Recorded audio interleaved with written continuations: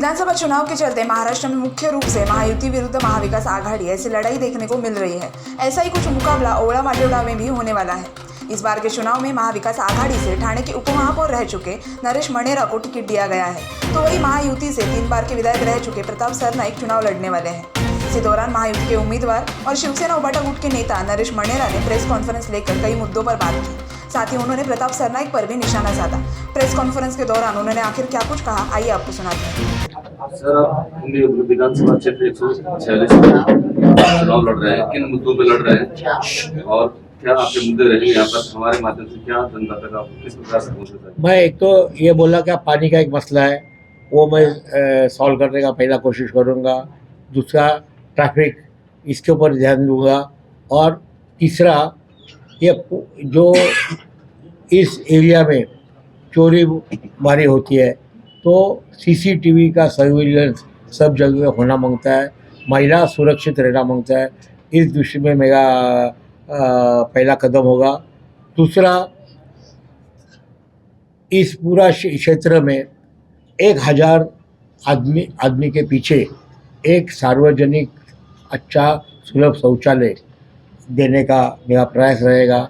आज हम कहीं भी जाएंगे तो कभी भी किधर भी जाना होगा तो कोई जगह पे फेरी वाले रहेगा, आम आदमी सड़क पे जाते हैं, तो भले पेड सर्विस हो लेकिन सबको ये सुविधा मिलना होता है। 1000 पब्लिक के पीछे एक जगह पे ये सुलभ शौचालय होना मांगता है।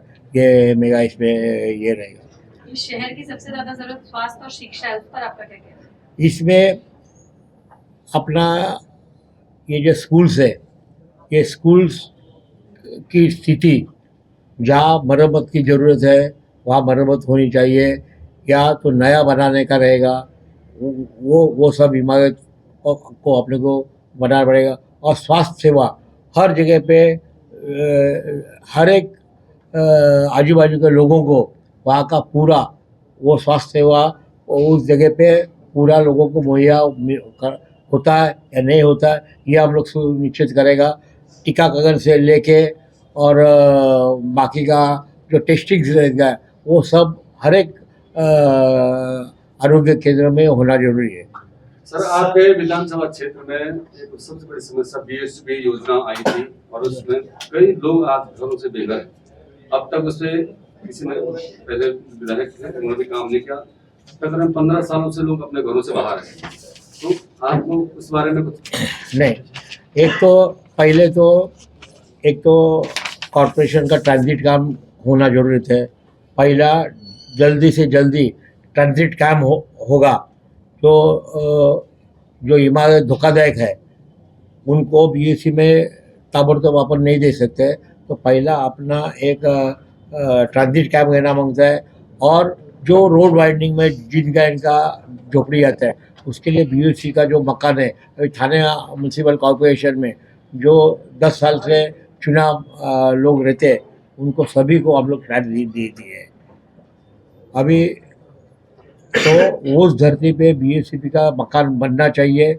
और वो जगह पे क्या होता है, क्या बीएससीपी का जो बिल्डिंग्स है वहाँ पर लाइट का बराबर इंतजाम नहीं रहता है, लिफ्ट बराबर चलता नहीं है, तो वो सब जहाँ बीएससीपी का लोगों को जो घर मिले है वो घर अच्छे रहने मांगता है, अच्छा उसका मेंटेनेंस करना मांगता है, वो सब देखना जरूरी होगा। और अगर आप बोलते हैं 15 साल से लोगों को मिला नहीं, तो क्यों मिला नहीं? तो फिर अगर अब थाना कॉरपोरेशन में हम लोग का रूल ही है, घर तोड़ने से पहले उनको दूसरा टेम्पोररी घर का चाबी देते हैं हम लोग। जब तक हम लोग चाबी देते नहीं है तब तक हम लोग तोड़ते नहीं है। अगर वो एलिजिबल होता है तो भी हम देता है, एलिजिबल नहीं होते हैं तो भी हम लोग देते हैं। अगर एलिजिबल होता है तो उनको परमिट हम लोग देते हैं, और एलिजिबल नहीं रहेगा तो उनको उनसे भाड़ा लेते हैं। तो लेकिन घर तोड़ा तो उनको हम उनका एक्टिवेशन देते ही है। सर विधानसभा में 3 बार प्रताप सरनाईक हैट्रिक कर चुके हैं, 4थी बार जीतने का दावा कर रहे हैं, तो आप अपने आप को उस स्थिति में कहाँ देख रहे हैं? कितना इजी, कितना टफ देख रहे हैं? नहीं, मुझे टफ बिल्कुल दिखाई नहीं देता है। उनके खिलाफ एंटी इनकम्बेंसी है। किसी को प्रताप सरनाईक वापस चुन के आना मांगता है, ऐसा कोई भी किसके मुंह से मुझे सुनने नहीं आता है। सभी जन बदलाव चाहते हैं और मैं आपको दावे के साथ कहता हूँ, आप you wait up till 23rd। Sir, इसका मतलब है कि विधायक प्रताप सरनाईक ने पिछले 3 टर्म में कुछ विकास के काम नहीं किए, इसलिए जनता उनको चुन के देना नहीं चाहती है। विकास के काम किए नहीं, मैं नहीं किया ऐसे वो बोलूँगा नहीं, लेकिन उससे ज़्यादा खुद का विकास किया है ना उन्होंने। उससे ज़्यादा खुद का वो जो लिखता ना जो लिखा डबल विकास उसने तो डबल विकास 2000 गुना उसका खुद का किया है। तो सर, मीरा भाईंदर के वोटर आपको जानते नहीं है, आप इतने कम समय में कैसे उन तक पहुंचे? नहीं जानते नहीं, ऐसे कैसे हम मैं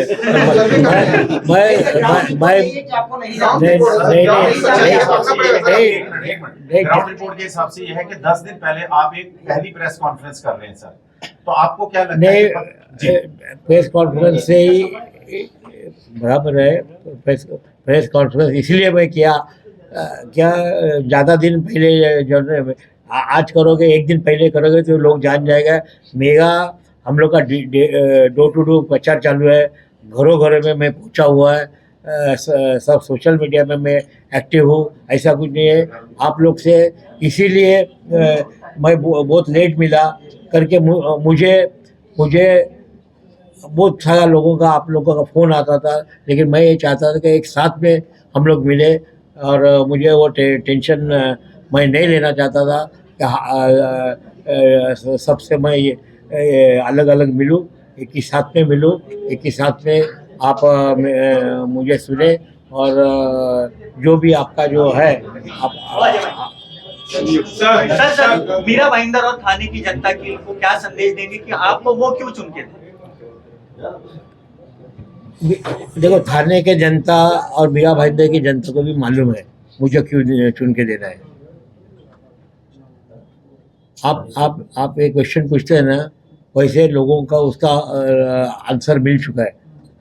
तो मैं इससे पहले आपको बोल चुका हूँ, क्या लोग अभी झूठे वायदे से थक गए हैं।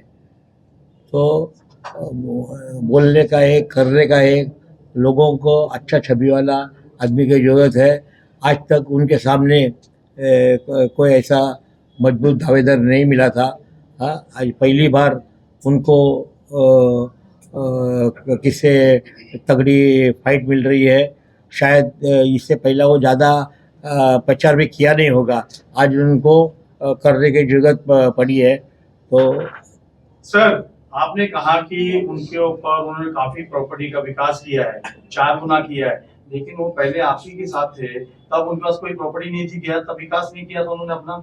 किया था ना, किया तो तब आपने आवाज क्यों नहीं उठाई? आवाज किया है, मैं बोला मेगा थाने कॉर्पोरेशन में जितने गलत काम किया, मैं उनके खिलाफ कॉर्पोरेशन में ऑन द रिकॉर्ड बोला हुआ है। मैं आपका कॉर्पोरेशन का पूरा भाषण आपके सामने में रख सकता हूँ। सर, वो कह रहे हैं कि 1 लाख का वोट से जीतेंगे। हाँ? 1 लाख का वोट का नारा दिए हैं वो। हाँ। आप क्या उम्मीद करते हैं? 1 लाख का तो बीजेपी साथ में थी, 1 लाख तो बीजेपी जब साथ में थी तभी भी उनको 1 लाख वोट नहीं मिले।